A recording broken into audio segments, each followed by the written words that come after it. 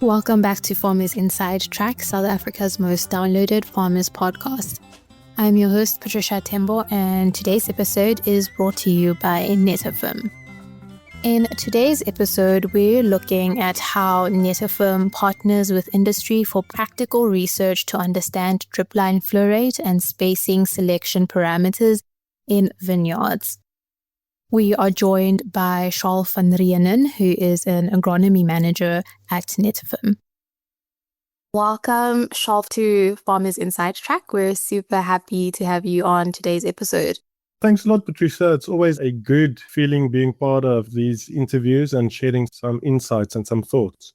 So, Charl, you are with Netafim, and I know Netafim has a huge part in partnering with industry for practical research to understand dripline flow rate and spacing selection parameters in vineyards. So maybe could you give us just context of work that Netafim is currently within and with industry in context to today's conversation? We value partnerships with industries tremendously. It's actually bringing science and industry norms together. I always say that is the biggest challenge, is to actually get science to marry with what is actually practically happening in field and what's relevant and what's not. So it's always, for me, it's a big topic, being part of the industry and collaborating with these different organizations to get a broader understanding of what should be applied and how we should apply, to get a better understanding of better practices and how we can continue to be sustainable in future. Sounds like Netafim has spent quite a lot of time in the field, as you're saying, alongside industry organizations. I believe VinPro is one of those organizations. So what makes this type of partnership valuable for advancing practical irrigation in specifically the wine industry? It's more or less what I've just mentioned now. It takes the irrigation world out of the theoretical space and it really puts it into the real world and the real world scenarios. When we're out there with industry organizations and irrigation dealers, digging these profile pits and doing all these tests after irrigation sessions, we're actually seeing exactly how water is behaving in that specific vineyard, in that specific soil, under those specific conditions. And that, to me, is where the real value lies. Each partner brings its own set of capabilities and expertise. We as Netafim bring the agronomic understanding. The dealers understand system design and the constraints that goes along with that. And the industry bodies brings a broader perspective and credibility. When you combine all of these viewpoints in the field, you get a much deeper, much more practical understanding of irrigation. And that's no longer a case of, I think this should work. It's now a case of this is actually going to work and this is what's happening.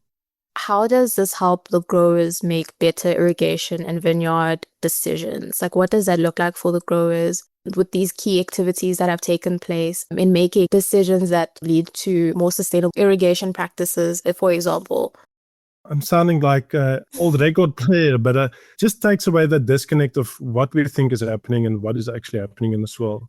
We often see issues like water not going deep enough or simply moving way past the root zone altogether. And this obviously leads to a loss of resources, like number one, water. Obviously, the electricity cost that goes along with getting that water to the irrigation block and then obviously fertilize it. In some cases, there's very little lateral movement because of the swirls, and these roots tend to develop much more narrow. Another key insight is also how strongly soil texture and structure influence water movement.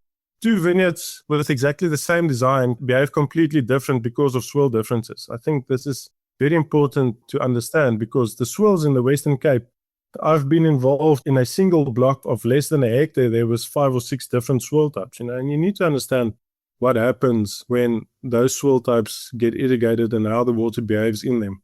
But I think the most important thing is that we've learned is that small adjustments in the irrigation strategy can have a massive impact on, obviously, your root development and overall vineyard performances over time. So a message Netafim has shared before is that longer irrigations at lower flow rates are optimal for vineyards, especially those established with deep root systems. So maybe unpack that for us. When we talk about lower flow rate, I think it's important to understand that we first need to understand the infiltration rate of the soil. So a system needs to be designed according to the infiltration rate of the soil. We mostly find that vineyards are planted on slopes in the Western Cape. That's just the terrain that we have. It's mostly not flat. So if we irrigate with a higher dripper flow rate, we often find that that water, number one, starts ponding and then starts to create a runoff because of the slope. And this will, of course, have a massive impact on the infiltration and the depth of the irrigation. So what we found is that if we have a lower flow rate, we can irrigate longer and then at the same time have a deeper infiltration of the water into the profile. This obviously has massive benefits because now we're actually irrigating the whole depth of the root zone and the whole depth of the profile, which we actually want to do. So with the lower flow rates, we tend to get a better control of infiltration and control of depth when we irrigate. And of course, we know when it comes to soil, it differs with different areas, different farms, the soil quality changes. So with farmers, what factors do they need to keep in mind when it comes to selecting the right irrigation technology for them? The correct spacing as a list of the factors farmers need to look at before they consider or approach Netafim for the irrigation technology. Now, for sure, I think it's very important to know that water moves in different soils differently. And the main reason for this is because of soil texture. And when we talk about soil texture, we talk about, is it a sandy soil, is it a loamy soil, is it a clay soil? And water behaves differently in those textures. Obviously, these textures, you can have all three of those soil structures in the same profile. So we must understand how water is going to move through that profile. And then soil structure plays an important role. Is there compaction layers in the soil that we need to know of? Factors like that. Obviously, also initial soil moisture, I would say, plays an important role. Wetter soil tends to distribute water better than bone dry soil. We need to know the differences there. Like I mentioned, sandy soils, we tend to find that the water moves more vertically. And with a heavier soil, we find that water tends to move more laterally. Like I mentioned, compact layers, that has a massive implication on infiltration and also the distribution of the water. We find that as soon as a soil is compacted, it takes a lot of water to actually infiltrate past the compacted zone, which obviously leads to runoff and the wastage of water. Obviously, we oversaturate that layer, which leads to other factors like vineyard stress because of over-irrigation. All of these factors obviously have a massive implication on irrigation decisions and how you're going to irrigate and how long you want to irrigate. And as you can see, if just one of those factors are not considered, it can easily end up into irrigating incorrectly and wasting valuable resources. So you've already touched on some of the consequences, which is, the next question I was going to go into, the long-term consequences of poor irrigation. We know you already spoke about things such as ponding. And I know when it comes to that, leaching occurs like there's, you have a whole issue with nutrients as well, nutrient deficiency in the soil with poor irrigation practices. So looking at the root development, when it comes to shallow versus deep, maybe talk us through that and the long-term consequences with that.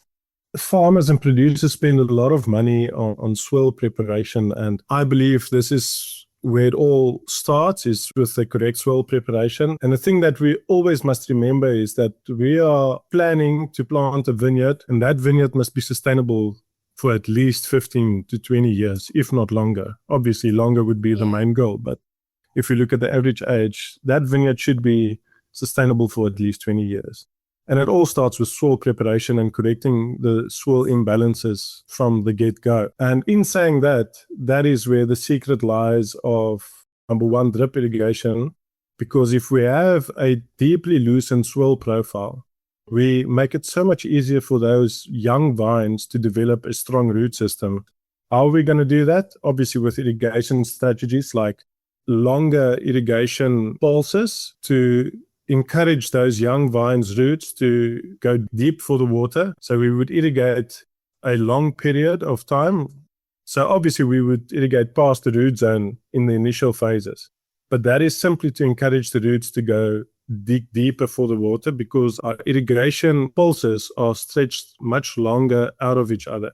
So we actually allow the top rooting zone to dry out and force these young roots to go look for the water much deeper. This, over time, has the effect of a deep root system, has the ability to withstand harsher weather conditions, dry weather conditions. And out of experience, that is what we can definitely see and tell producers to rather establish a deep root system. But it all starts with, obviously, proper soil preparation.